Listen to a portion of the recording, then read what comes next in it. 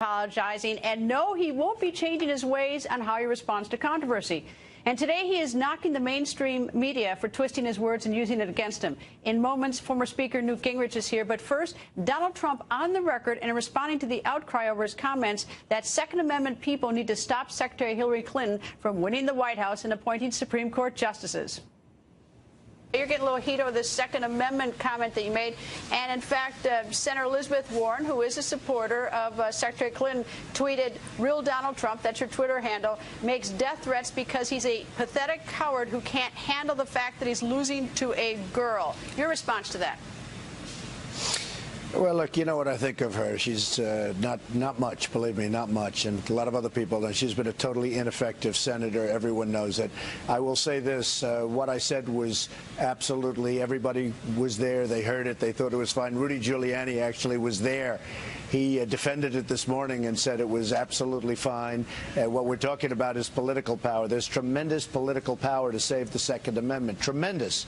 And you look at, the power they have in terms of votes, and that's what I was referring to. Obviously, that's what I was referring to, and everybody knows it. Everybody knows it. And so I have to tell you, the NRA came out. It wasn't a bad joke. The NRA came out. Yeah, I mean, let me just ask you. Speaker Ryan thought it was just a bad joke. What you're saying is that this was an intentional statement about the power of the Second Amendment advocates. Is that what you're saying? No, Speaker Ryan didn't say it because I think they just asked him about it. He didn't know about it, and they just said, well, maybe, look, this is showing the power that people have for the Second Amendment. There's a lot of power for the Second Amendment. They want to be able to keep their guns. They don't want them taken away. Hillary Clinton wants to have the guns taken away. You look at what her agenda is, and if she starts appointing judges and other things that she wants to do, she's very much against guns. And I'm a very pro-Second Amendment person, and there are a lot of people that agree with me. And frankly, if you look at all of the comments this morning, I mean, the comments have been tremendous on that statement, and it's really awoken people having to do with the Second Amendment and the voting power they have as a bloc. It's tremendous. The NRA came out with some very positive statements last night and this morning. People want the Second Amendment protected. It's very important, and they have a lot of power in doing it, voting power. Now, former Speaker of the House, Newt Gingrich, is here to go on the record. Nice to see you, Mr. Speaker. Good to be with you. And, of course, he pivoted to the NRA issue and the Second Amendment. But what he's getting heat for is the comment that he made about the Second Amendment and Secretary Clinton. Your thoughts? I think this is such garbage, it's unbelievable. And, of course, what happens is a reporter runs up to Paul Ryan, gives him the reporter's version, and given him the reporter's version, Ryan then responds.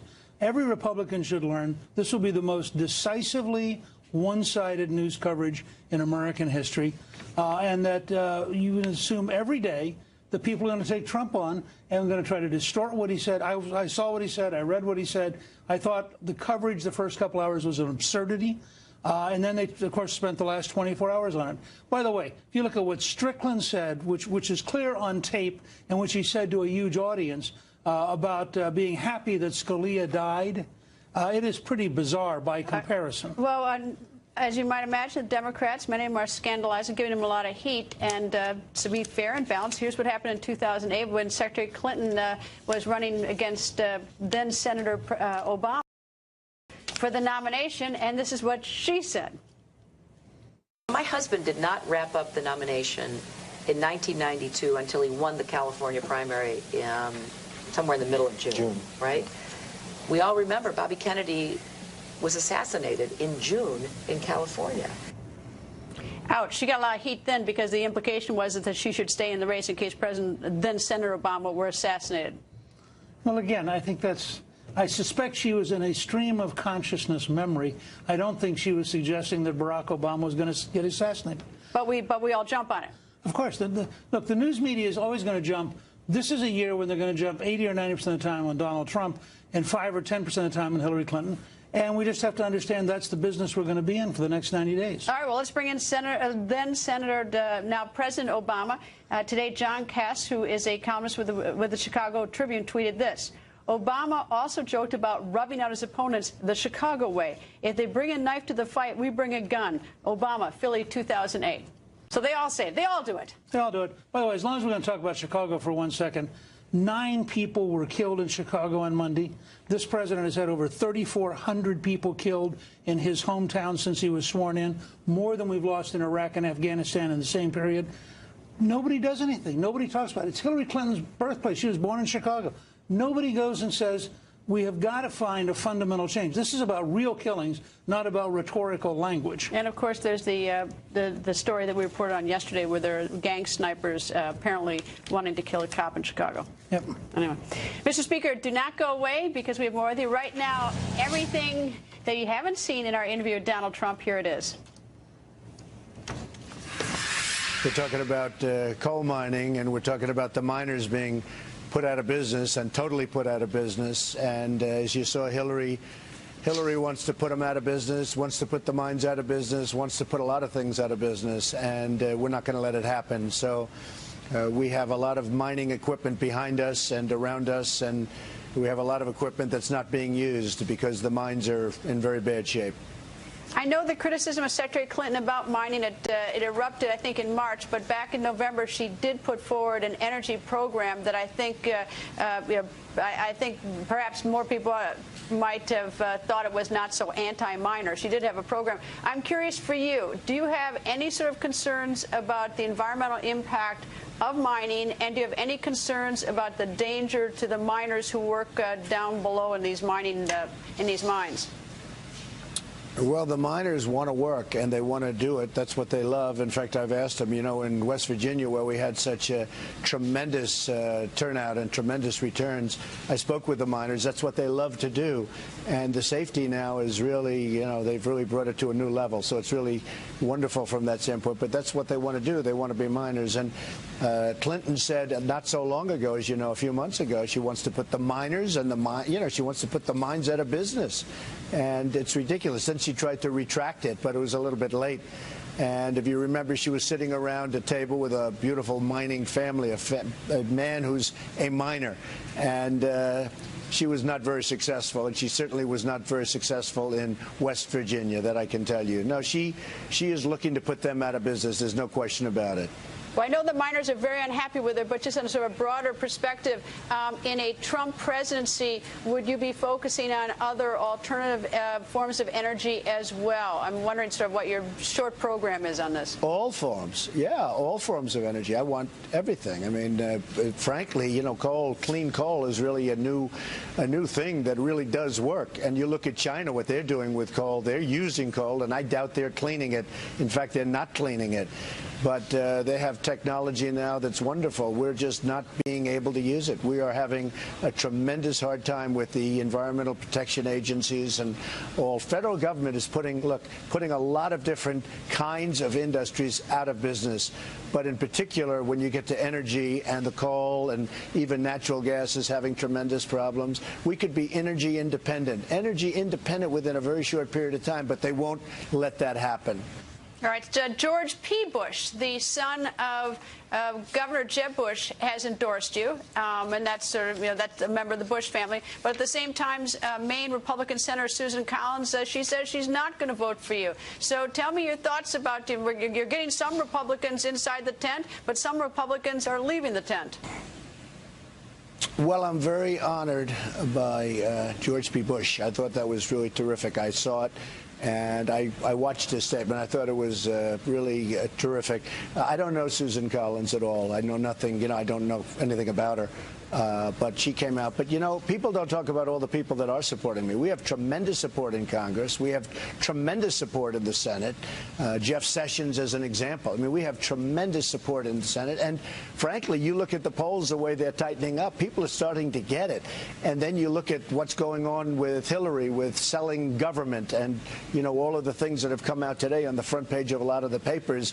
And you look at what she's doing in terms of pay for play and play for pay and all of the different things, and they name it different, you know, all of the different things she's doing. I'm telling you, it's starting to come out. And look at the way the polls are tightening up, and they're tightening up very fast. And I think a place like Virginia, where I am now, or a place like, as an example, Pennsylvania, I think Pennsylvania is going to be very strong for us. Now, she's spending tremendous numbers of dollars, I mean, tremendous amounts of money on ads. In fact, I just got here, and they say ads are all over the place, and I haven't done that yet. We will be doing it, but I haven't done it yet. We've been very successful in raising money from small donors. We're getting $61 a shot. Last month we raised $82 million. We haven't done it yet, but I will say this. I think we're doing very well, and we have a long way to go. All right, let me turn to the debates, and they're just being set up. I mean, they're being arranged. I happen to like the sort of the concept of the Lincoln-Douglas debates where there's no moderator, but that's just me. I'm curious, you know, do you have any sort of thoughts on how it can be, the debates can be more effectively done for the American voter? How would you like to see them done? Well, I'd just like to see a fair moderator. That's all I'm looking for, because, you know, we have a lot of very unfair people treating us as Republican and as conservatives. If you're a Republican and a conservative, you get very unfair treatment. Look at what the New York Times said the other day. They practically admitted it. I mean, I've never seen anything like that. They practically admitted it. But you look at the unfair treatment by the media, it's incredible. But the good news is people understand that. People know it's unfair, and I think that maybe will reverberate, and we'll see what happens. But no, I want to do the debates. I did very well in the other debates, obviously, otherwise I wouldn't be sitting here. And I think we're going to have very good debates. I do think this. I don't think they should put them opposite NFL games, because I think that's really unfair to do that. And, you know, I probably Hillary Clinton would like that, but I don't think they should be opposite NFL games. And I want to see a fair moderator, and whatever else we'll look at. But certainly I want to do the debates. All right. What about the format, and what about selecting the moderators? Are you going to? I mean, what's sort of the impact? What are your sort of thoughts on that? Are you dealing with the debate commission now? Are you having any part of this? We've just started. In fact, I think Rudy Giuliani will be working with them, and Paul and a couple of my people. But Rudy will be very much involved in terms of that. I just think we should have them similar maybe to what we did with the Republican debates, except there'll be two people instead of ultimately there were 17. I guess in the end we had, what, 17 people we started. We actually had two stages, so we don't have to worry about that. But I think that debates between the two of us would be very good. I think it would be very interesting. I think it's going to be very revealing for the public, and I look forward to it. But I would think something like what we had with the Republican debates, or what they had with the Democrat debates. I thought that those debates, you know, they had Hillary and they had Bernie, and they were standing up, talking, and I think that's probably about as good as you're going to do. You want to have a fair moderator, that's all. All right. You mentioned the swing state polls, and I looked at the Quinnipiac polls. It's close in Florida and Ohio, which, of course, is very important to the Republican ticket. Pennsylvania, not so much. The one I saw was I think about a 10-point difference. But what is do you have a ground game? Have you already gotten started on that? What are the plans there? We do, and I think we're going to do very well in Pennsylvania. I was a little surprised to see a 10-point gap. In Ohio, we're doing well. In Florida, we're doing well. But we haven't really started yet. You know, we haven't started any ads. She's spending a fortune on ads. I mean, I literally came to Virginia, and I've had 5 people say, all you see on here is ads. And the ads are false ads, by the way. They're ads that are just absolutely, in many cases, many of the things they say are absolutely false. Not 100%, but much of it. And I will say that I think that's disgraceful. And they know it's false. They know it's false. They're putting on ads where they know some of the things that they're saying are wrong, but they put them on anyway. But we haven't started that process yet, and we will be starting it pretty soon. I think Pennsylvania, with the mines, with the coal miners, with the steel workers, and with how poorly those elements of business are doing, and you know, I think we're going to do very well in Pennsylvania. So I was a little surprised. Now, Pennsylvania hasn't been won by the Republicans for quite a while, but I think we're going to win Pennsylvania. I think we're going to win Pennsylvania easily. Hillary, again, you have a lot of miners in Pennsylvania. You have a lot of steel workers in Pennsylvania. Look at what's happened to steel production in Pennsylvania. Look at what's happened with the mines of Pennsylvania. They're really becoming non-existent. So, and she's totally against them. So I think we're going to do very well in Pennsylvania and all over the state, not just with the 2 industries I talked about. You've never run for office before. This is the first race you've ever run. What has surprised you the most to date about the process? How smart the people of this country are, because they're reading false narratives, they're reading false newspaper articles and seeing false things on television, and I mean really biased reporting. And they don't, and you know, here I am. I'm sitting here in a very close race, what will be and what already is shaping up to be a very close race. So the people are so smart. They get it. They really get it. And they're seeing it more and more. And I think they're going to get I think they're going to get a great lesson. And it's not a fair situation. It's a rigged situation. In a certain way, it's rigged by the media, if you think about it. Now, the other day in North Carolina, I was there yesterday, and we had amazing crowds in North Carolina, as you probably noticed. But we were talking about voter ID. Voter ID seems to be eliminated in North Carolina. I think that's, very unfortunate. Voter ID, does that mean that anybody can just go and walk in and vote? That's very unfair. That's very unfair. So we'll be working on that situation with the governor of North Carolina, who is, I think, going to be asking for a stay. But when you see that you don't need identification to go in and vote, or proper identification to go in and vote, a lot of states, fortunately, have been upholding it. But in the case of North Carolina, they didn't. So that's a problem. But look, when I look at the media, how one-sided it is, how biased it is, it's incredible. I mean, it's incredible.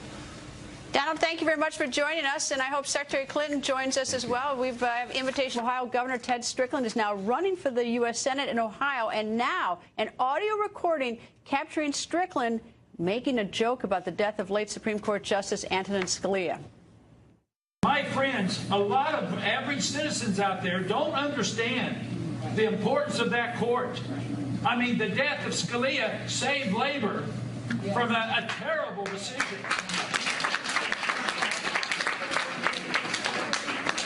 And I don't wish anyone ill, but it happened at a good time. Speaker Gingrich is back, and I should add that since then Strickland has said there was an insensitive remark, and I apologize. Well, that was nice of him. But he said it to an entire labor audience, and you could hear people laughing about Scalia's death. And it's just unfortunate. I mean, it's, again, how partisan we've become, how polarized we've become. That Strickland could even think of that. Well, I went into his Twitter account, and this was what troubled me, is that in reference to the Trump comment about the Second Amendment, this is what he tweeted. This is Ted. This is beyond any decency. Trump just suggested someone should shoot Hillary Clinton. Absolutely disgusting.